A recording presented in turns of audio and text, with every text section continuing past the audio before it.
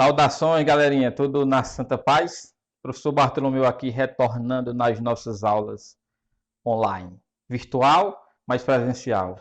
Virtual porque vocês estão assistindo em casa, né? E presencial porque eu estou aqui, junto de vocês, a gente enfrentar essa pandemia e vencer daqui a algum tempo, não muito longe, nós voltarmos com as nossas aulas presenciais, certo? Então é o seguinte, vocês vão curtir aqui esse nosso vídeo. Vocês vão se inscrever no nosso canal e vocês vão aprender cada vez mais comigo, certo? Então, roda a vinheta e vamos lá.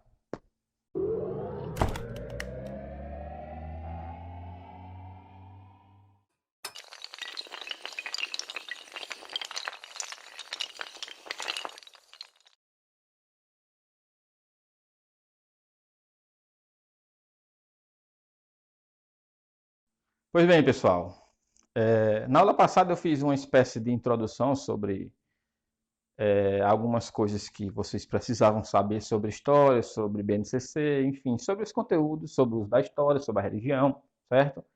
E hoje, nessa nossa aula de história, vocês vão adentrar num conteúdo importante conhecido como o feudalismo. O que foi o feudalismo, como ele se procedeu, por que que ele aconteceu daquela forma e como foi que ele acabou. São perguntas que ao longo da unidade vocês vão aprender aqui comigo e vão discutir, enfim, vocês vão se dar muito bem, certo? Então vamos lá, repara. Vamos conceituar aqui essa ideia. Então, durante a Idade Média, desenvolveu-se na Europa Ocidental o sistema feudal, uma nova forma da sociedade se organizar, um novo modo de vida. Esse modo de vida ele foi se estabelecendo lentamente desde os últimos tempos do Império Romano. Vocês sabem, pessoal, estudaram lá no 6º ano que o Império Romano do Ocidente ele caiu, certo? Ele foi invadido pelos povos bárbaros, ou então povos germânicos, que eram povos não romanos. Então, no ano de 476, aquilo que um dia foi o organizado Império Romano, o poderoso Império Romano, certo? Ele ruiu, ele caiu, simplesmente foi invadido, depois de uma série de crises e depois daqueles problemas que vocês aprenderam também comigo, certo? Então, repara só, o feudalismo, como uma forma de produzir, uma forma de organização da sociedade, pessoal, ela tem origem em dois povos e duas culturas diferentes. A primeira cultura, os povos romanos, os costumes romanos, o funcionamento da sociedade romana. E a segunda, os costumes e o funcionamento das sociedades bárbaras que invadiram o Império Romano. Vamos conceituar aqui de novo. Primeiro, o colonato. O que foi o colonato? O grande proprietário de terras, a pessoa que possuía terras, arrendava lotes de sua propriedade e em troca recebia dos colonos parte da produção. Então lá no Império Romano, o colono, que era o dono da terra, ele pegava essa terra e dizia o seguinte: olha, tu vai trabalhar essa terra. E na medida que tu trabalha essa terra, tu vai me dar uma certa parte dessa produção. É como os caras plantam hoje. Ainda hoje existe isso, certo? O cara vai alugar a terra e não, eu vou dar a cada 5 sacos de milho, um vai ser seu. Então assim, seria 20% de toda a produção. Isso acontece com gado, com terra, com água, enfim, é uma coisa que vem se processando ao longo da história. O comitatus, repara, um costume germânico, ou seja, dos povos bárbaros, onde o chefe guerreiro doa terras, que era feudo, o nome da terra, aos seus guerreiros em troca de fidelidade e obediência. Repara, o colonato ele doa a terra em troca de uma parte da produção.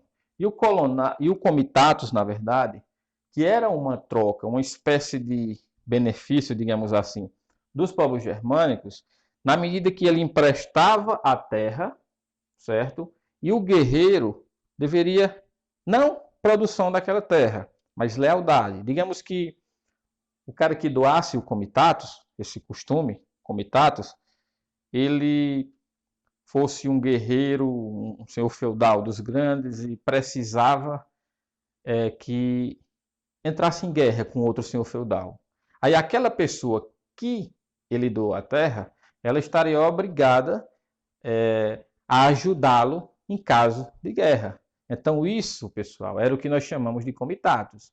E repara bem, as leis orais baseadas no costume. O que é lei oral? Já ouviu falar em costumes consuetudinários? Consuetudinários, digamos assim.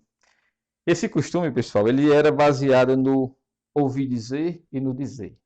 Então, digamos que hoje a gente tem aquela ideia de que o filho mais velho é o que tem mais voz diante da família, das questões pessoais da família.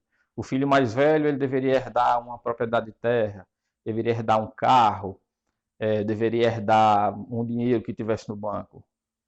Se não tivesse nada escrito, se não tivesse nada organizado, se não tivesse nada colocado em prática, isso é o que nós chamamos de direito consuetudinário, porque não é registrado, é baseado na oralidade, certo? E o fortalecimento do cristianismo. É importante lembrar, pessoal, que quando Roma caiu, o Império Romano do Ocidente caiu, a única instituição que permaneceu de pé e organizada foi a Igreja Católica.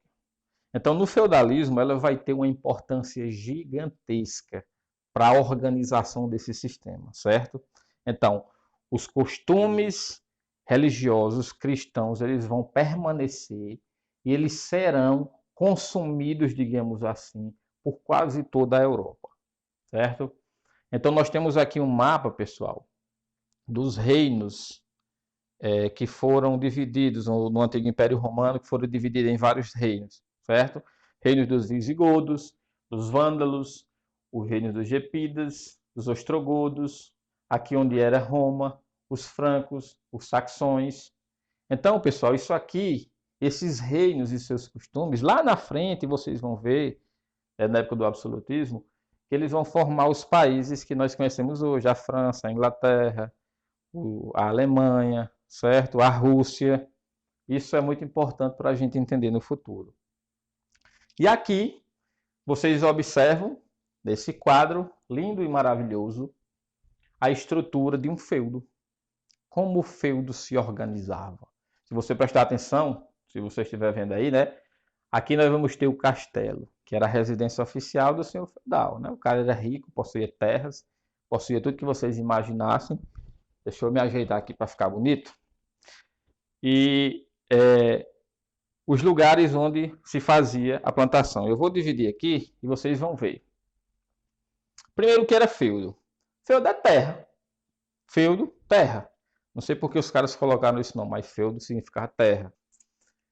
É uma grande propriedade rural, doada como um benefício em recompensa por serviços militares prestados.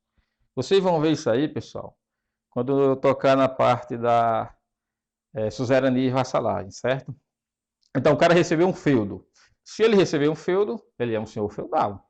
O senhor feudal é o dono do feudo. O senhor feudal é rico. O senhor feudal é poderoso. Esse senhor feudal, ele possuía sobre o seu feudo poderes jurídicos e políticos. Então, repara, não havia juízes, não havia policiais, não havia funcionários públicos, não havia uma estrutura organizada com Senado, com Assembleia, não tinha deputado, nem senador, nem nada, como lá na Grécia Antiga, certo? E como na Roma Antiga. O senhor feudal era o bambambam de tudo. Ele possuía os poderes políticos, poderes religiosos até, poderes, digamos assim, jurídicos eu já falei, políticos eu já falei, religiosos eu já falei, enfim, poder de coação, poder de fazer tudo o que ele quiser. E era uma unidade de produção autossuficiente.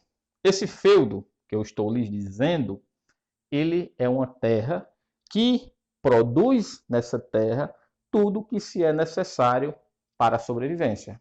Aí você pode dizer, ô Bartolomeu, não existia, digamos assim, um comércio naquela época. Há historiadores que defendiam aquela ideia de que havia um comércio limitado, quase o não uso da moeda. Por que isso? Para ele permanecer fechado. Então, se, digamos assim, produzia o trigo, a cevada, criava-se o gado, criava-se o porco, fazia-se o queijo, tudo era para o consumo interno. Não era para se vender de um lugar para outro.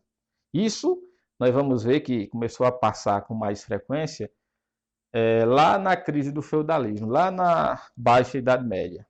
Então, O tamanho de um feudo, pessoal, ele variava entre 120 hectares até 150 hectares, que o equivale 1 hectare a 10 mil metros quadrados. Então, o senhor feudal, ele era um suzerano de alguém. Bartolomeu, você não disse o que é suzerano? Não, claro que não. Tem a sua ordem certinha e maravilhosa.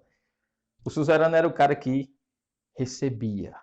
E aqui, pessoal, nós vamos entender como uma pessoa recebia um feudo. Então, repara bem, pessoal.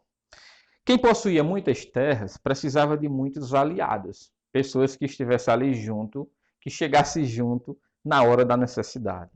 Então, um grande senhor feudal, aquela pessoa que possuía vários e vários hectares de terras, ele podia muito bem pegar uma parte dessa sua terra e doar para alguém.